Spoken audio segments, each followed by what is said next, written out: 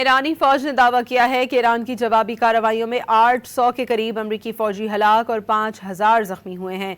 तर्जुमान ईरानी फौज के मुताबिक जंग में 17 अमरीकी अड्डे तबाह किए जा चुके, 1321 इजरायली फौजी हलाक हुए। अमरीकी फौज का होटल्स में छुपना जिल्लत आमेज पसपाई है। तर्जुमान ईरानी फौज ने कहा कि अमरीकी फौजी हिकमत अमली की नाकामी इसकी साख को धचका है।